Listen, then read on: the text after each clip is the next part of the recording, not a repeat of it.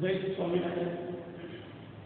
ધોરણ 8 Gujarati medium, subject English, page number 2, LMDB, learn more be brighter. ગયા વિડિયોમાં આપણે સોંગ ઓફ સોંગનું ટ્રાન્સલેશન જોયું. હવે ટ્રાન્સલેશન પછી ટ્રુ અને ફોલ્સ આપેલા છે તો આપણે બોર્ડ ઉપર લખીશું. દરેક વિદ્યાર્થી મિત્રો તમારી નોટમાં ટ્રુ અને ફોલ્સ સ્ટાર્ટ કરો. Number 1, consent agree that he was the best singer. Consent agreed that Consent Muhammad Sarote he was the best singer. Consent Muhammad Sarote કેમ તેના ગુરુ તેના કરતા સારું ગઈ શકતા હતા. એટલે એ વિધાન મિત્રો ખોટું છે, એટલે આપણે સામે ફોલ્સ લખીશું અથવા આ રીતે નિશાની કરીશું અથવા ફોલ્સ લખીશું. Number 2, Son Haridas leader in a son Haridas leader in a first ઝૂંપડીમાં રહેતા હતા. સાચું કરીશું અથવા ટ્રુ લખીશું. Number 3, Son Haridas came to Akbar court. Son Haridas came to Akbar's court. અકબરના દરબારમાં સંત હરિદાસ આવ્યા હતા. ખોટું, જેને આપણે ફોલ્સ લખીશું. નંબર 4, સંત હરિદાસ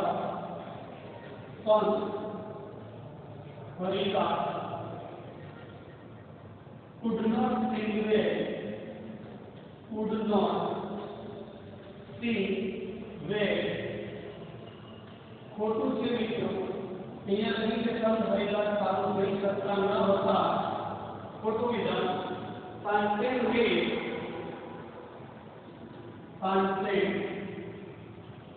made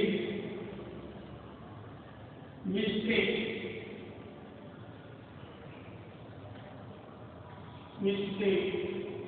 deliberately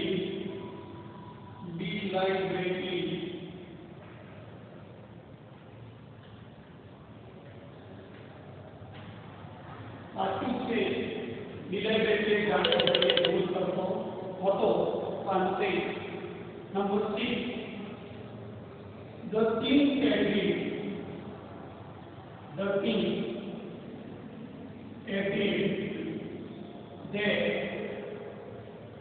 રાજા સંમત થયા કે સંત Haridas was a wonderful singer.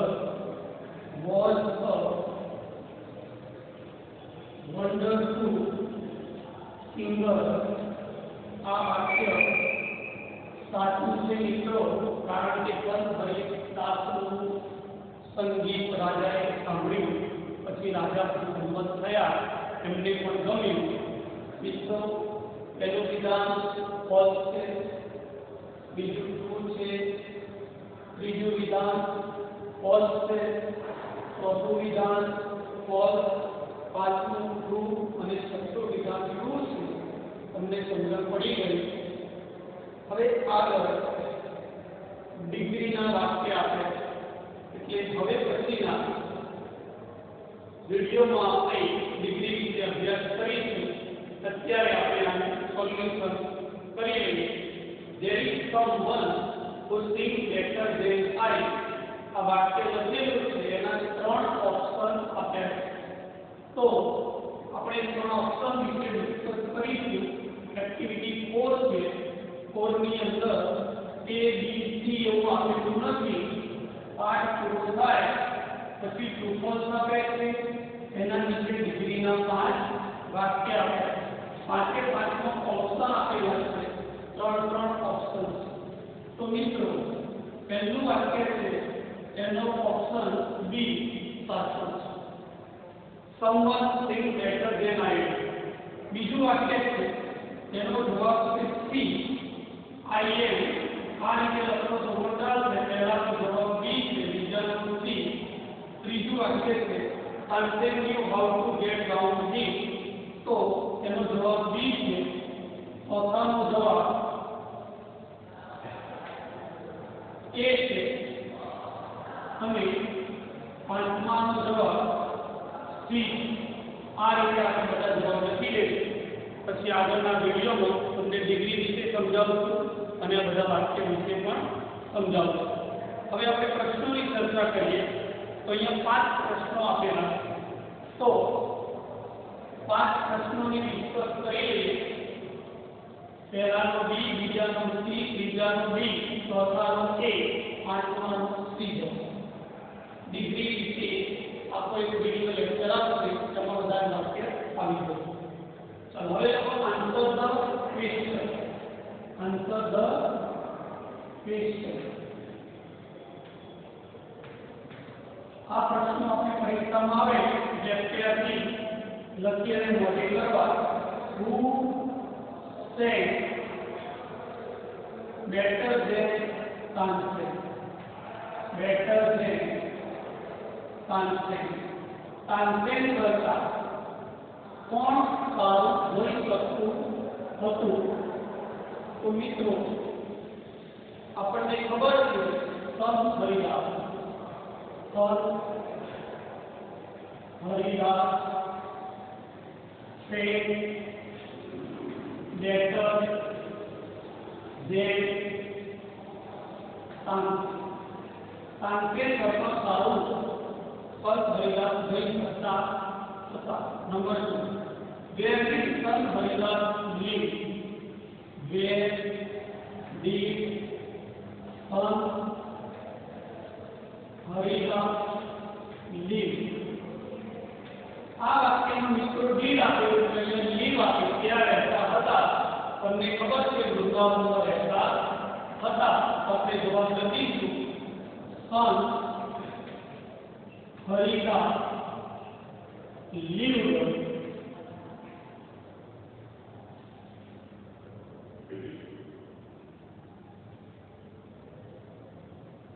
in a hut. Hut એટલે ઝૂંપડી બનાવીને રહેતા. on the bank of river Yamuna. river Yamuna नदीना किनारे रहता था. नंबर 3, ત્રીજો પ્રશ્ન લઈએ. why did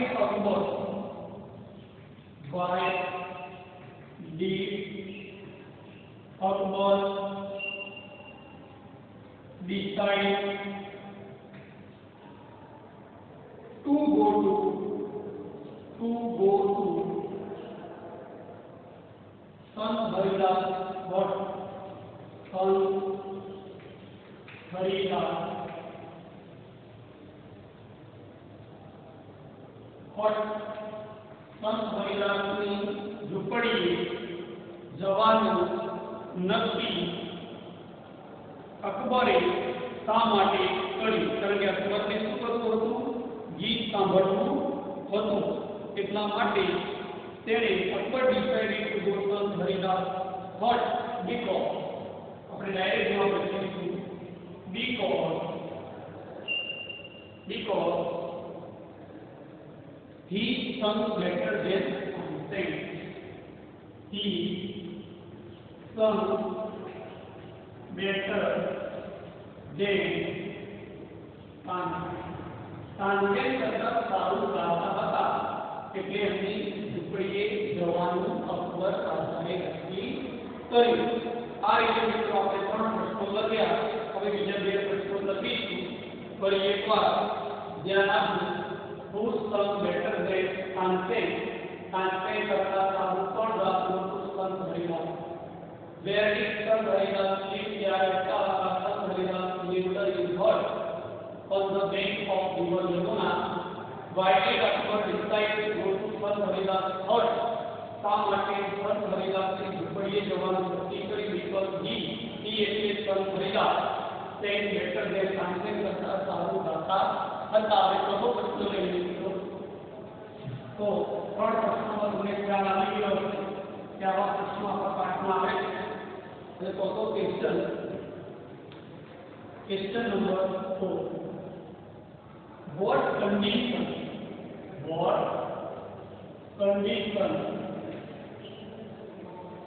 did Tansen put before the king? રાજાની સામે તાનસેન કઈ શરત મૂકી કે તમારે ત્યાં જવાનું, રાજા બનીને જવાનું નહીં, સામાન્ય માણસ બનીને જવાનું અથવા સંગીતના પ્રેમી બનીને જવાનું? તો એ જવાબ છે Tansen told Akbar that Tansen told Akbar that Akbar ने કહ્યું કે he could not go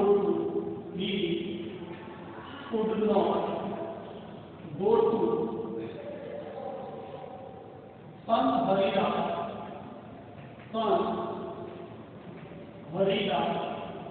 as a king રાજા બનીને જવાનું નહીં. આવી શરત કોને મૂકી? તાનસેને રાજાની સમક્ષ મૂકી. હાઉ ડી છેલ્લો પ્રશ્ન, હાઉ ડી તાનસેન get સંત હરિદાસ to sing ગાવા માટે to sing કેવી રીતે બનાવી લીધા? તો Tansen made some mistake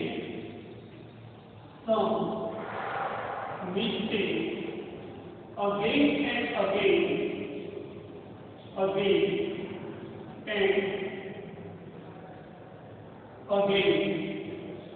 વારંવાર તેણે ભૂલો કરી. સંત હરિદાસ was angry. સંત હરિદાસ was angry.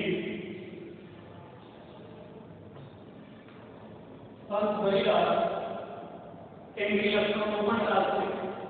સંત હરિદાસ angry ગુસ્સે થયા. So he said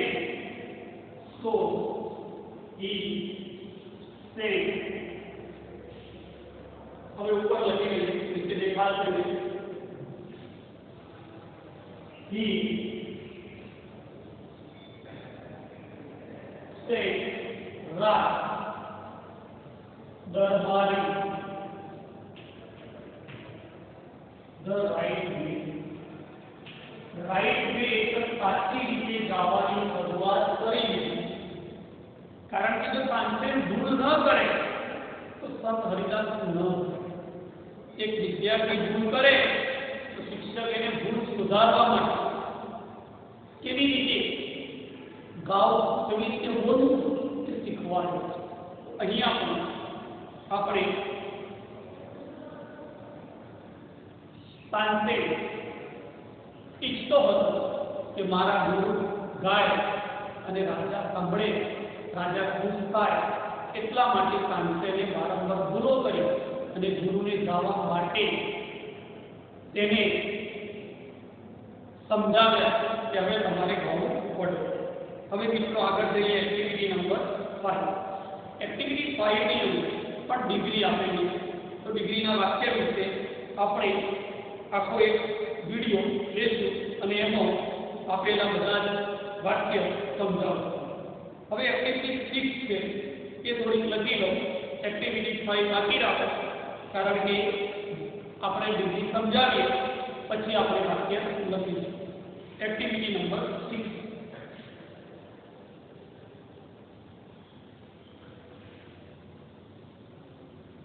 એક્ટિવિટી 6 માં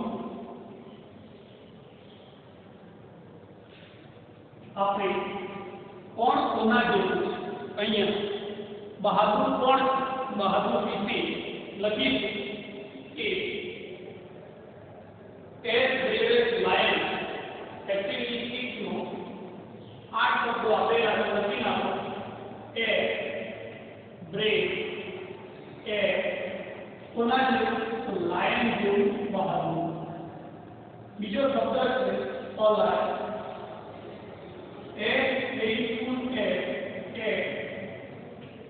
faithful a dog, કૂતરા જેવું વફાદાર. Number 3 a useful, a cow, ગાય જેવું ઉપયોગી. a hungry, a કોના જેવું ભૂખ્યું, ભરું જેવું. wolf એટલે ભરું જેવું ભૂખ્યું. Number 5 as blind, a bee અથવા bat એટલે સામાજ પીડિયા જેવું આંધળું. Number 6 as friendly, a friendly, a puppy એટલે ગલુડિયાની પપ્પી કહેવાય, પપ્પી જેવું મિત્રતા વાળો. Number 7 SBG,